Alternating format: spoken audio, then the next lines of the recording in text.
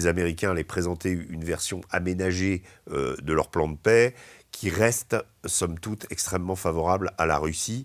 Et c'est ça qui inquiète les Européens et c'est pour ça qu'ils veulent montrer, on va dire, manifester leur soutien, et en particulier Emmanuel Macron à Volodymyr Zelensky, c'est-à-dire donner l'impression que l'Europe vient voler au secours de l'Ukraine.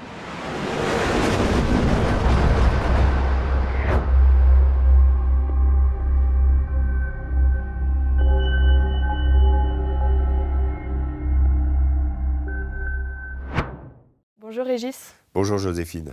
Emmanuel Macron est aujourd'hui à Londres pour rencontrer pour la 11e fois Volodymyr Zelensky afin de faire un point sur les négociations en cours.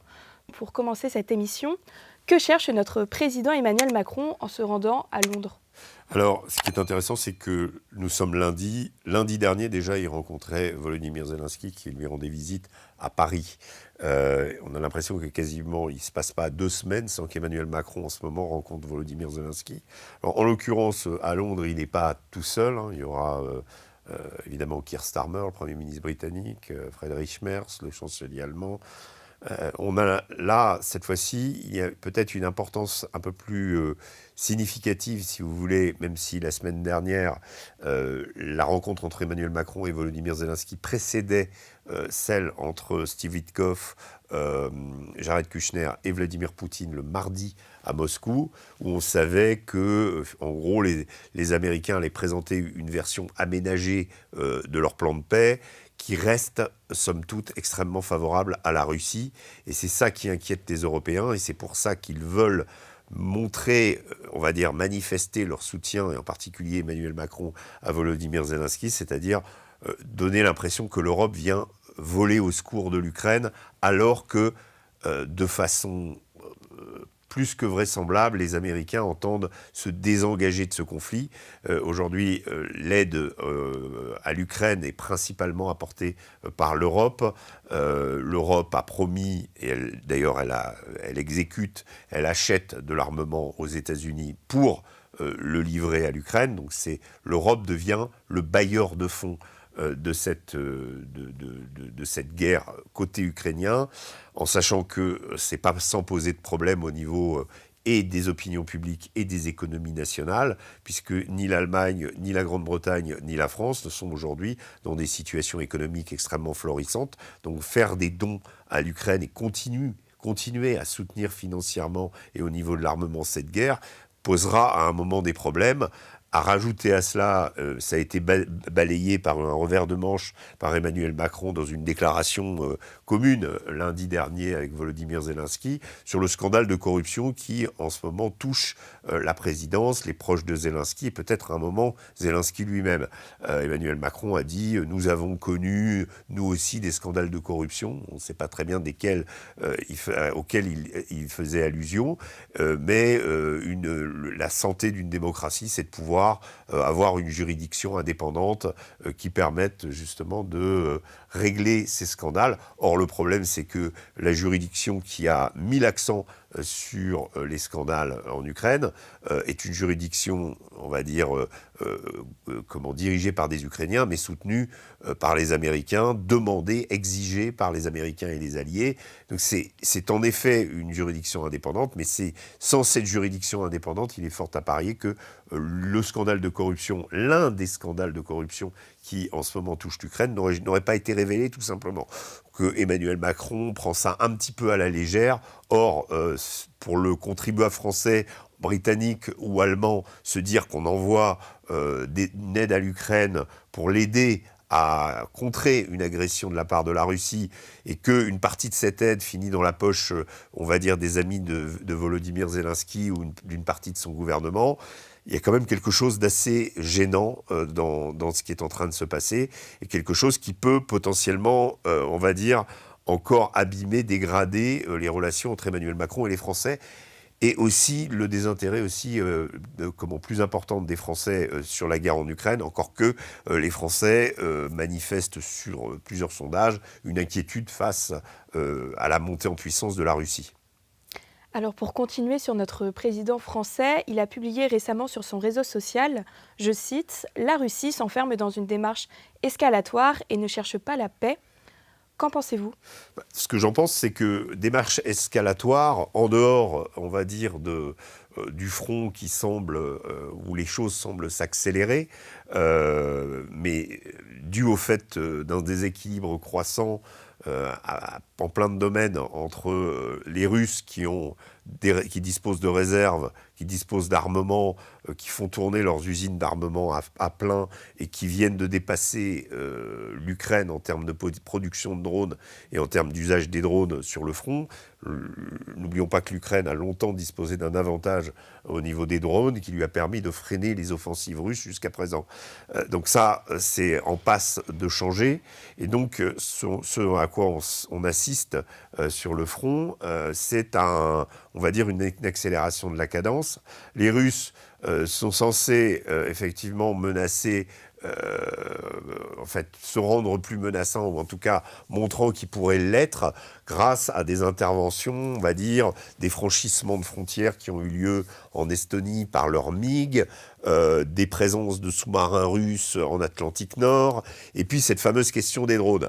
Mais la question des drones a agité le paysage audiovisuel français la semaine dernière, médiatique, parce qu'on a annoncé que des drones avaient survolé la base nucléaire de l'île Longue, qui est la base des SNLE français, donc d'une des principales forces qui disposent de la dissuasion en France. Donc c'est un endroit extrêmement confidentiel.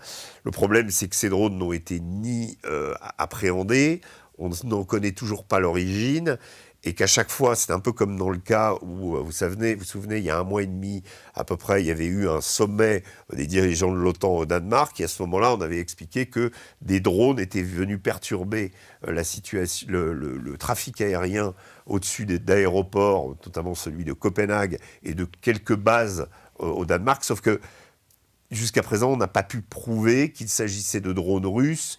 Il y a eu une sorte de psychose du drone qui s'est implantée. Je rappelle qu'en France, il y a à peu près 4 millions de drones, dont seulement 350 000 qui ont été référencés, répertoriés. Donc le problème, c'est que c'est très difficile de savoir qui fait quoi. Il faut bénéficier d'un réseau sur place pour pouvoir faire voler des drones. Si c'est une intention de la Russie ou si c'est un allié de la Russie qui fait ça, qui est-il, quid, etc. Le problème, c'est qu'aucune des enquêtes jusqu'à présent n'ont montré que cette menace-là était effective. Le problème, c'est qu'à force de la répéter, on finit par dire, bah oui, effectivement, la menace russe se précise. Sauf qu'en fait, elle ne se précise pas plus qu'elle ne l'existait. Je ne dis pas qu'elle n'existe pas, mais elle est, on va dire, c'est ces effets d'annonce qui constituent un terreau favorable pour Emmanuel Macron pour expliquer que la Russie est une puissance menaçante. Voilà. Pour revenir à présent sur les négociations de paix en cours, est-ce que désormais les Américains ont l'intention de tourner le dos à l'Ukraine ? Alors, ce qui est intéressant avec les Américains, et en particulier Donald Trump, c'est que on est longtemps revenu déjà dans un de nos programmes là-dessus, sur sa diplomatie du deal-maker, ou la diplomatie qui, chez Trump, confine à une diplomatie familiale, quasiment. C'est-à-dire que ce soit son gendre, Jared Kushner, qui dialogue et qui a souvent des contacts avec Poutine, participe au sommet, participe à l'élaboration de la paix à Gaza, se joint à Steve Witkoff la semaine dernière pour négocier directement avec Poutine. Et ce week-end, c'était Donald Trump Jr., son propre fils, qui intervenait à l'occasion du forum diplomatique de Doha, très important forum, très écouté, et dans lequel Donald Trump Jr. a expliqué que son père, probablement, peut-être, tournerait le dos à l'Ukraine. C'est intéressant parce que ça permet de savoir que ce genre de conversations, ils les ont en famille et qu'il y en a un qui l'exprime. Steve Witkoff ne fait pas partie de la famille de Donald Trump, mais c'est son partenaire de golf, c'est son ancien associé. Bref, autour de Trump, il y a vraiment quelque chose de familial. Et dans les signes qui ont été rapportés par ces différents protagonistes, on sent bien que l'Amérique d'abord a pris le siège arrière sur la guerre en Ukraine, laissant les Européens en tête, et tentant de faire pression, notamment à la faveur du scandale de corruption sur Volodymyr Zelensky. Et finalement, ce que va être tenté de faire Donald Trump, c'est de se dire, si les négociations n'aboutissent pas, laissons faire les choses, et puis laissons les Européens et les Ukrainiens, en gros, perdre la guerre. Parce que c'est ça, derrière la démarche de Trump, il y a une prise de conscience. D'abord, il n'arrête pas de répéter depuis le début du conflit, je pense que vous en êtes rendu compte, Joséphine, il n'arrête pas de dire si j'avais été au pouvoir, cette guerre n'aurait jamais eu lieu. Ça, c'est vraiment son mantra. Et la deuxième, ce qui sous-entend, c'est que cette guerre n'est pas la sienne, qu'elle n'est pas celle de l'Amérique, et que son échec ne doit pas ou ne peut pas lui être imputé. D'où les efforts absolument faramineux que fournit Donald Trump pour tenter d'y mettre fin. Ça fait partie de sa psychologie, c'est-à-dire de faire mieux que son prédécesseur haïssable, prédécesseur, on va dire pour lui, qui est la continuation des deux quinquennats, des deux mandats, pardon, de Barack Obama, lui-même haïssable. Voilà, dans la psychologie de Trump, c'est que lui inaugure et veut inaugurer pour l'Amérique une nouvelle ère, et cette nouvelle ère, elle ne peut pas s'encombrer de l'échec de la guerre en Ukraine. La guerre en Ukraine, pour lui, son échec, c'est son prédécesseur, et son prédécesseur aujourd'hui, la philosophie de son prédécesseur pour Donald Trump, elle est incarnée par les Européens. C'est les Européens qui conservent cette idée d'une Ukraine qui terrasserait la Russie. C'est là que se trouve encore, on va dire, le ferment d'un néoconservatisme toujours actif, alors qu'aux États-Unis, il est enveloppé de l'étiquette Deep State, et que Donald Trump a décidé de leur faire la guerre. Il en a un certain nombre autour de lui, dont Marco Rubio qui fait partie de cette tendance. Mais si vous voulez, on ne peut pas dire que Marco Rubio fasse des démonstrations de néoconservatisme affichées aujourd'hui. Le néoconservatisme pour Donald Trump, c'est le Deep State, c'est l'État profond. Et aujourd'hui, Donald Trump mène une véritable guerre contre l'État profond. Et cet État profond continue à avoir des ramifications en Europe aux yeux de Donald Trump. Et Donald Trump n'arrête pas, et on le voit bien dans le document qui a été produit par le Pentagone sur la sécurité nationale, c'est-à-dire la National Security Strategy. Il y a un volet regardant les Européens comme des vassaux, mais surtout expliquant aux Européens que les Européens étaient en passe de disparition civilisationnelle. Donc il y a vraiment chez Donald Trump une rupture complète avec l'idéologie affichée par les États-Unis et les alliés avant, c'est-à-dire que les Européens ne sont plus des alliés, ce ne sont même plus des clients, ce sont des vassaux, et que finalement, s'ils veulent continuer à payer la guerre en Ukraine, s'ils veulent continuer à venir au secours de Zelensky, qu'ils le fassent, Donald Trump étant persuadé que de toute façon, à un moment ou à un autre, les Russes finiront par obtenir sur le champ de bataille ce qu'ils n'ont pas déjà obtenu par la négociation. Mais donc, est-ce que les négociations de paix entre la Russie et l'Ukraine vont-elles bientôt aboutir ou au contraire ? Alors c'est intéressant, il y a plusieurs signaux contradictoires. En effet, il y a eu une déception quand Witkoff et Kushner sont repartis de Moscou. Ce qu'on remarque, c'est qu'à chaque fois qu'il y a un commentaire sur des négociations aujourd'hui, c'est toujours tout est positif. Zelensky appelle Trump, c'est positif. Les négociations marathon qui se mènent en ce moment à Miami avec les négociateurs américains, Witkoff et on va dire son équipe et les Ukrainiens, à chaque fois sont qualifiés d'avancées positives. Quand il s'agit des Russes, on parle d'avancées positives aussi. Mais on sait quand même qu'il y a avancées positives, ça veut dire qu'on n'y est pas arrivé. C'est-à-dire qu'on n'est pas au bout et qu'il reste encore quelques arpents sur lesquels de terrain sur lesquels la négociation bute. De façon très intéressante, Keith Kellogg, le général qui avait été nommé par Donald Trump comme premier émissaire en Ukraine, a déclaré ce week-end que on était dans les 100 derniers mètres. Mais là, il s'est immédiatement senti obligé de préciser que c'était les plus durs. mais qu'il restait 2 points, selon lui, de contention. Le premier étant la question des territoires à Donetsk, l'oblast de Donetsk. On sait que cette partie de cette zone administrative, ces 15% sont revendiqués par les Russes pour obtenir la totalité du Donbass, de la région du Donbass. C'est une exigence des Russes et c'est le point critique puisque les Ukrainiens ne veulent pas pour le moment céder leur forteresse dans le Donbass, Kramatorsk, Sloviansk, Siversk qui est quasiment conquise, Pokrovsk qui a été conquise, Kupiansk aussi, encore que Kupiansk c'est l'oblast de Kharkov, mais si vous voulez c'est au nord et il y a une série, un chapelet de rideaux de villes ukrainiennes qui forment un rideau défensif qui correspond aux 15% de cette oblast de Donetsk, toujours contrôlée par les Ukrainiens, et les Ukrainiens ne veulent pas en démordre. Donc là, il y a vraiment un point de conflit dans la négociation, et de façon étonnante, Keith Kellogg nous explique que l'autre point sur lequel il n'y a toujours pas d'accord, c'est la question du statut de la centrale d'Energodar, c'est-à-dire centrale de Zaporijjia, même si se situe à peu près à 150 km de la ville de Zaporijjia. Cette centrale nucléaire, 6 réacteurs, qui est la plus moderne d'Europe. Les réacteurs aujourd'hui sont au point mort. Elle a été débranchée du réseau électrique.